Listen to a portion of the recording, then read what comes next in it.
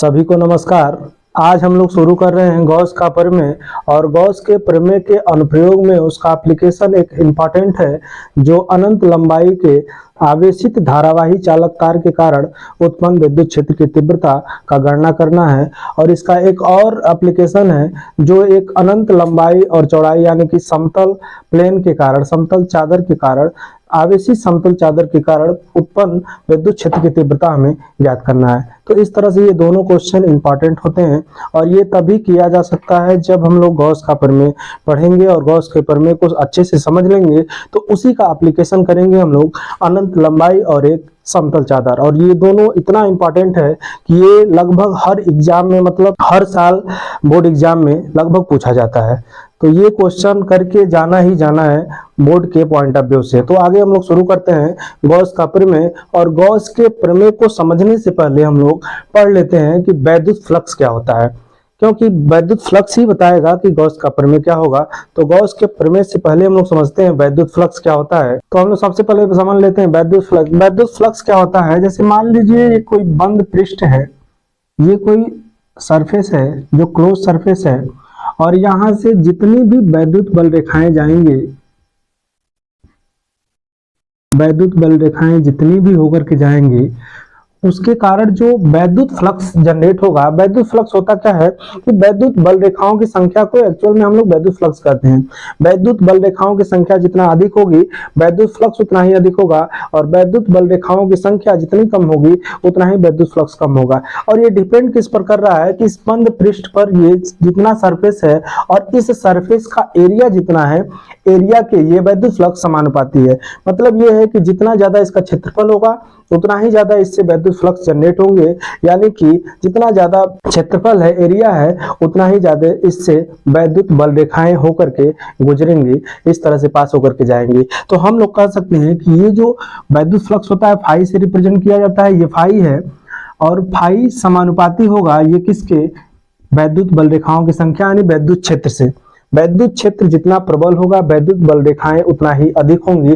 तो इसका मतलब वैद्युत बल रेखाएं जितना अधिक होंगी उतना ही ज्यादा वैद्युत फ्लक्स होगा।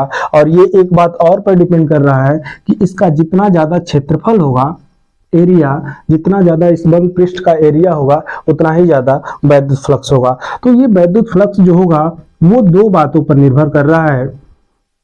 ये जो फाई है ई पर और डॉट ए पर, ये दोनों बातों पर निर्भर कर रहा है, और ये दोनों सदिश राशियां होती हैं। अगर ये डॉट प्रोडक्ट को हटाया जाए तो ए डॉट बी बराबर होता है phi equal to A dot B, मतलब होता है ई ए कास थीटा। और ये कास थीटा इस बात को रिप्रेजेंट करेगा ई तथा ए के बीच का कोण, बीच का कोण।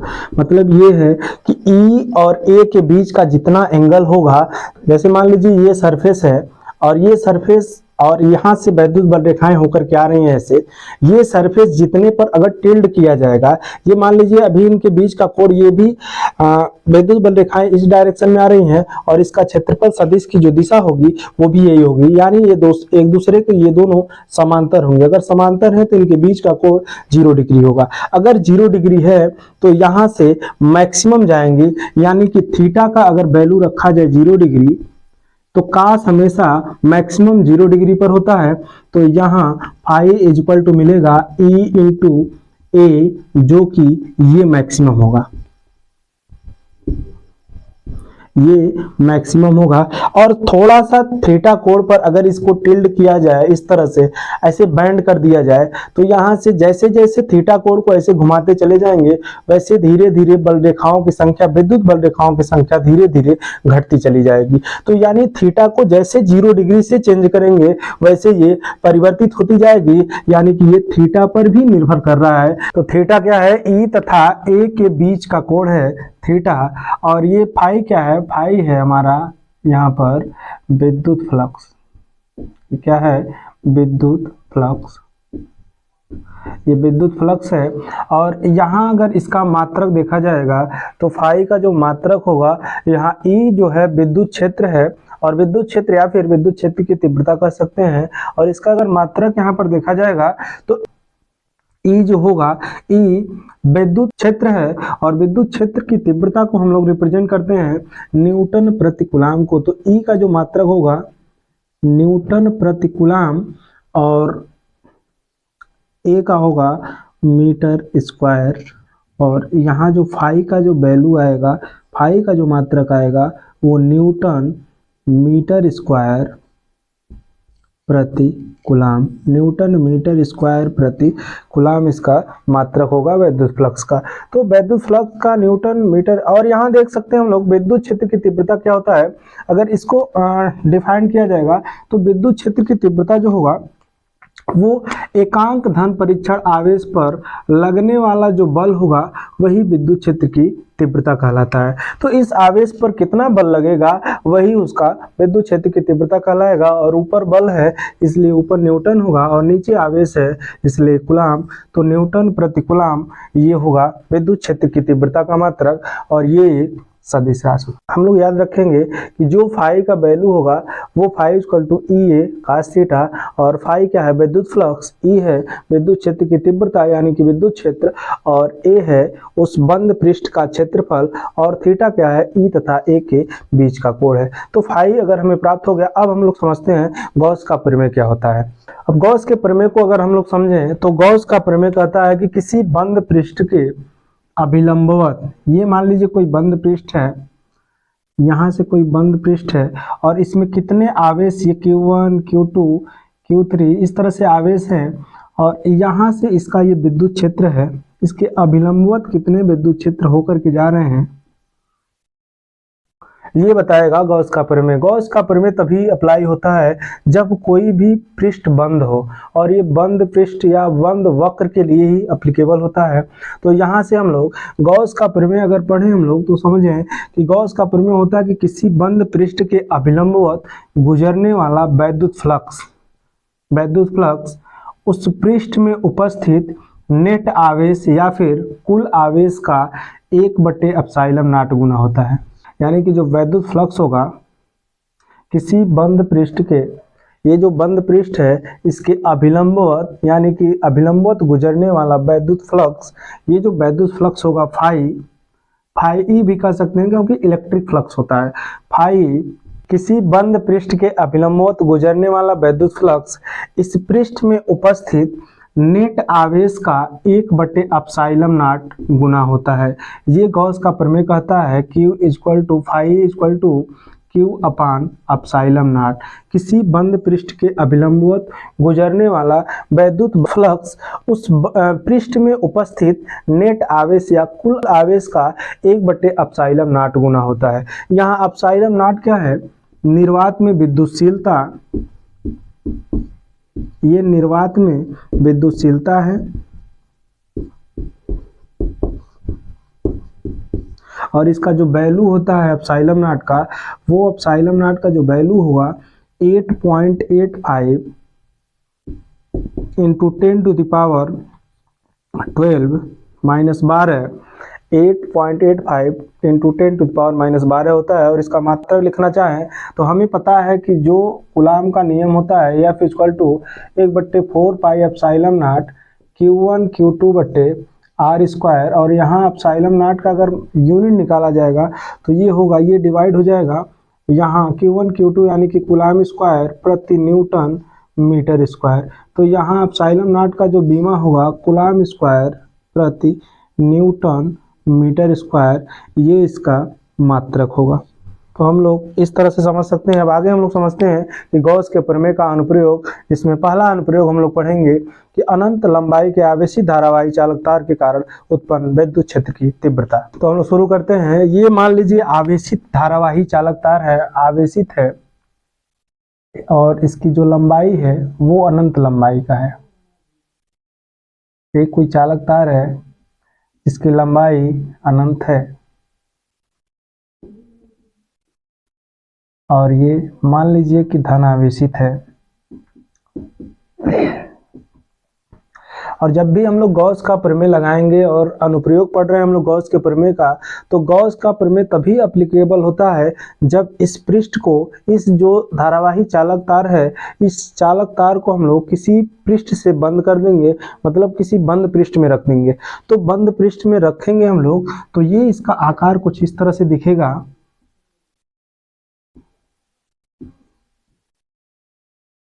ऐसे बेलन का आकार ये ले लेगा और बेलन के आकार में हम लोग देख रहे हैं कि इस बेलन के कारण कितना विद्युत फ्लक्स जनरेट होगा, और विद्युत फ्लक्स निकाल करके हम लोग गॉस का प्रमेय लगाएंगे और गॉस का प्रमेय लगा करके दोनों का कंपेयर करेंगे और हमें मिलेगा विद्युत क्षेत्र की तीव्रता।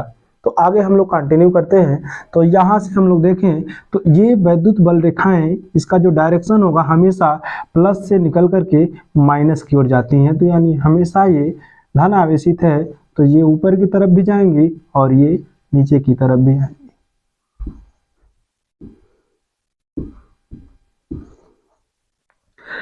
यहाँ देख रहे हैं ये विद्युत क्षेत्र की दिशा है और हम लोग देख रहे हैं कि दो तरह का क्षेत्रफल है।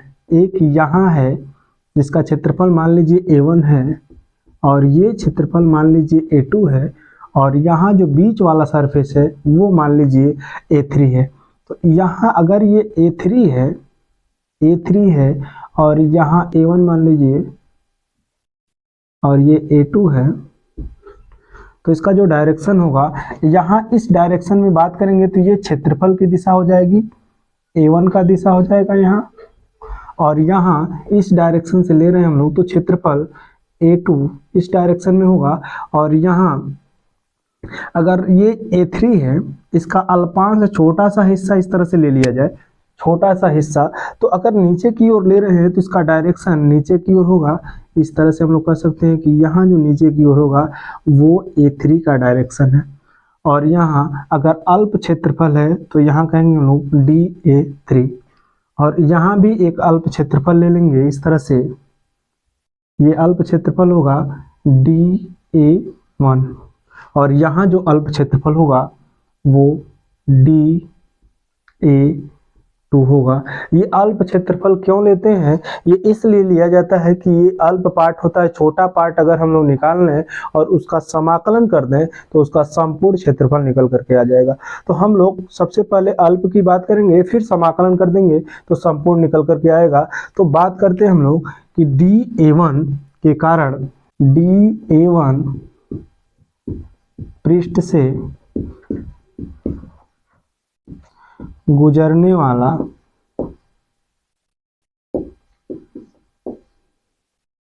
वैद्युत फ्लक्स,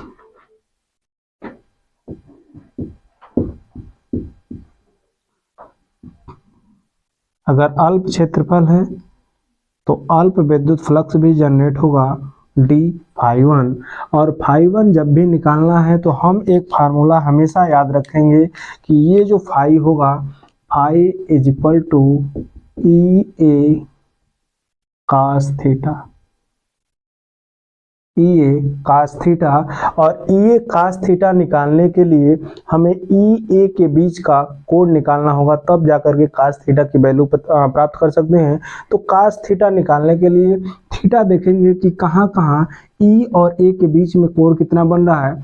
इसमें देखें कि पृष्ठ A से कितना एंगल बना रहा है, तो यहाँ नीचे की ओर आ रहा है विद्युत क्षेत्र और इस डायरेक्शन में जा रहा है क्षेत्रफल, तो इन दोनों के बीच का जो कोण होगा वो 90 डिग्री होगा। तो यहाँ जो थीटा मिलेगा वो हमें 90 डिग्री मिलेगा, और अगर वहाँ 90 है तो यहाँ भी थीटा इक्वल टू 90 डिग्री। यहाँ देख रहे हैं क्षेत्रफल की भी दिशा नीचे की ओर है और विद्युत क्षेत्र की भी दिशा नीचे की ओर है, तो इनके जो बीच का कोण होगा थीटा इक्वल टू 0 डिग्री, क्योंकि लाइन इंटरसेक्ट नहीं कर रहे हैं, समांतर है। जब दोनों समांतर होंगे तो थीटा का कोण 0 होगा।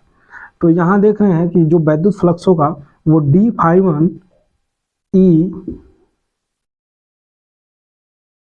DA1 cos थीटा के बराबर होगा। और अगर थीटा का वैल्यू रखा जाएगा तो यहाँ देख रहे हैं कि A1 से थीटा का कोण है वो 90 डिग्री पर, और थीटा 90 डिग्री होगा तो d∅1 इज इक्वल टू मिलेगा E dA1 cos 90 और cos 90 का वैल्यू जो होता है वो 0 होता है, तो d∅1 इज इक्वल टू 0 मिलेगा। और ∅1 अगर 0 है तो इसका समाकलन करेंगे हम लोग तो ∅1 भी 0 निकल करके आएगा। अब हम लोग बात करते हैं इसी प्रकार सिमिलरली, अगर इसी प्रकार बात करें,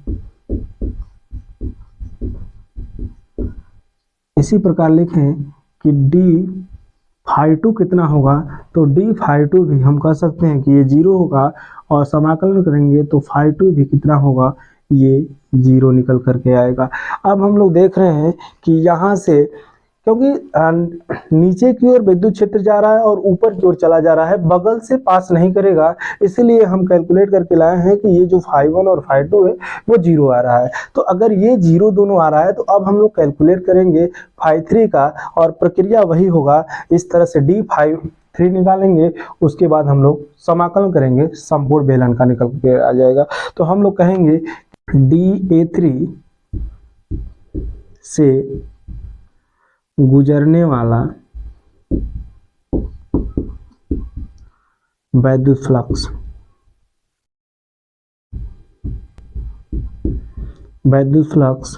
d∅3 is equal to dA3 cos theta, और यहाँ थीटा का जो वैल्यू है वो 0 डिग्री है, और 0 डिग्री जब पुट करेंगे तो d∅3 निकल करके आएगा dA3 cos 0, और cos 0 अंश का मान होता है 1, और d∅3 निकलेगा dA3। अब यहाँ ये अल्प पार्ट निकल चुका कि इसके कारण जो विद्युत फ्लक्स होगा, ये जो अल्प पार्ट है इसके कारण जो विद्युत फ्लक्स जनरेट हो रहा है वो dA3 जनरेट हो रहा है।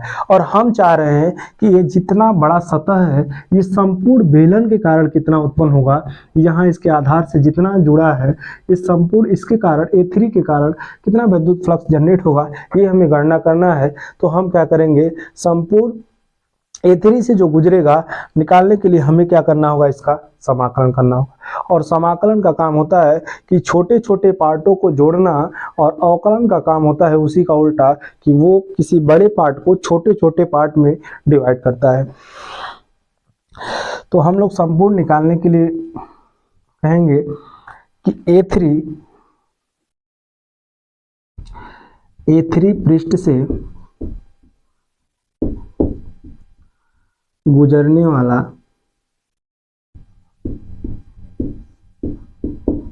वैद्युत फ्लक्स, संपूर्ण वैद्युत फ्लक्स ∅3 इक्वल टू, जो ∅3 निकल करके आएगा वो समाकलन करेंगे हम लोग d∅3 का, d∅3, और यहाँ d∅3 का जो वैल्यू है वो E इंटू dA3 है, तो ∅3 जो निकल करके आएगा integration of E into dA3, और यहाँ E कांस्टेंट बाहर हो जाएगा, और यहाँ देख रहे हैं कि A के रिस्पेक्ट में हमें समाकलन करना है, और A3 के रिस्पेक्ट में अगर समाकलन करना है और इसमें वैल्यू 1 है तो हमेशा वैल्यू 1 का जो समाकलन होगा, जिसके सापेक्ष समाकलन किया जाता है वही उसका वैल्यू होता है। तो यहाँ A3 के सापेक्ष समाकलन है, तो ∅3 निकल करके आएगा EA3,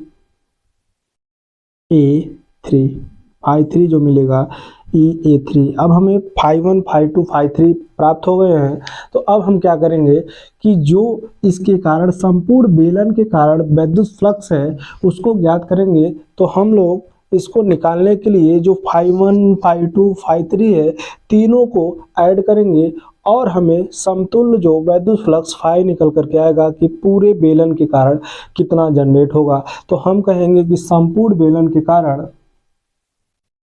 संपूर्ण बेलन के कारण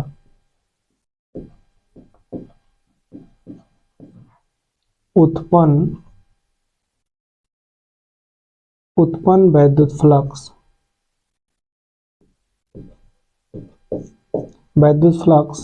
∅ is equal to ∅1 plus ∅2 plus φ3, तो यहाँ मिलेगा φ इक्वल टू, ये तो वैल्यू 0 है और φ2 भी 0 है, E(A3) मिलेगा। और सिर्फ E(A3) है तो ये संपूर्ण क्षेत्रफल होगा बेलन का, तो यहाँ हम लोग लिख सकते हैं कि φ equal to E(A), φ equal to E(A), ये बेलन का क्षेत्रफल है। अब हम लोग यहाँ गॉस के प्रमेय का अनुप्रयोग अगर पढ़ रहे हैं तो कहीं तो जरूरत इसकी होगी, तो अब हम लोग इसका उपयोग करेंगे गॉस के प्रमेय से। गॉस के प्रमेय से गॉस का प्रमेय लगाएंगे तो ये होता है φ इक्वल टू Q/ε0। इसे बना लेंगे हम लोग समीकरण नंबर 1 और ये होगा हमारा समीकरण नंबर 2। और दोनों समीकरण को इक्वेट करेंगे, तुलना करेंगे, तो इसका अगर लेफ्ट हैंड साइड बराबर है तो राइट हैंड साइड आपस में बराबर होना चाहिए। तो अगर इसको इक्वेट करेंगे तो यहाँ देख रहे हैं कि EA जो होगा वो बराबर होगा Q/ε0 के। तो अब यहाँ से देख रहे हैं हम लोग कि ये EA(Q0)ε0 के बराबर है, तो हम लोग अगर विद्युत क्षेत्र की तीव्रता निकालना है तो A से इस साइड डिवाइड करेंगे और डिवाइड करेंगे तो मिलेगा E इक्वल टू Q/A(ε0), और यहाँ A है इस बेलन का क्षेत्रफल, और बेलन का क्षेत्रफल होता है 2πRAH, ये Q/2πR और इंटू H होगा कि ये कितने लंबाई का है। तो यहाँ से मान लीजिए ये जो बेलन है इसकी लंबाई यहाँ से लेकर के यहाँ तक L है, तो यहाँ होगा पूरी लंबाई अगर L है तो यहाँ होगा 2πR, H की जगह हम लोग लिख सकते हैं L(ε0). और अगर इसको 1/4πε0 के रूप में लिखें तो इसको लिखें हम लोग तो E इक्वल टू Q/, यहाँ अगर 2 से गुणा कर दें और 2 से भाग दे दें तो हम लोग इसको 2 4 कर सकते हैं, 4, और पाई यहाँ है पाई और ε0 को लिख दें एक साथ तो 4πε0 हो सकता है। और ऊपर है 2Q, तो ऊपर रहेगा 2Q और यहाँ नीचे बचेगा, और यहाँ इस तरह से लिख सकते हैं कि 1/4πε0 और 2Q यहाँ लिख सकते हैं, और नीचे बचेगा R और L बचेगा।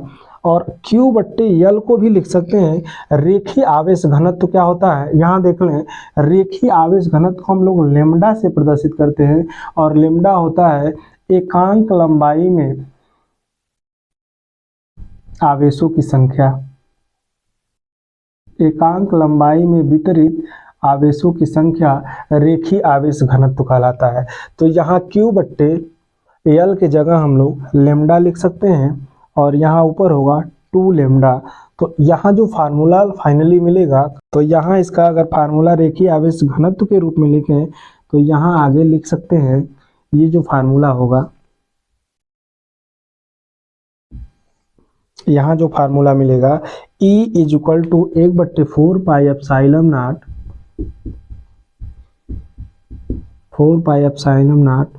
2 λ/R।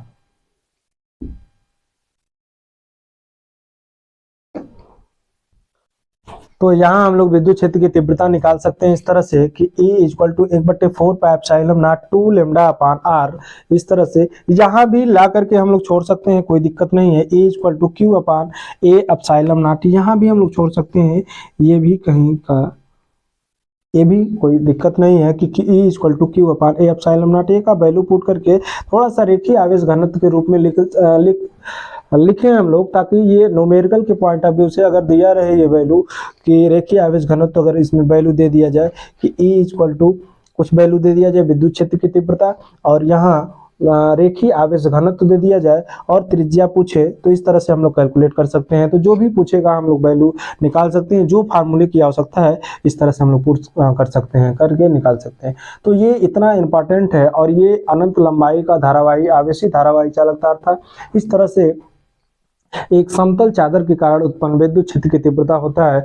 तो ये दोनों 5 नंबर के एक क्वेश्चन जरूर आएंगे, तो इस तरह से हम लोग कर सकते हैं। आगे हम लोग देख रहे हैं कि ये जो समतल चादर के कारण कितना उत्पन्न होगा, और ये दोनों डेरिवेशन एकदम इतना इंपॉर्टेंट है कि ये लगभग कभी कभी नहीं आया होगा, लेकिन ये लगभग हर साल पूछा जाने वाला क्वेश्चन है। फिर आगे हम लोग कंटिन्यू करते हैं समतल चादर। तो आज के लिए इतना ही, मिलते हैं अगली क्लास में, तब तक के लिए good bye, thank you so much.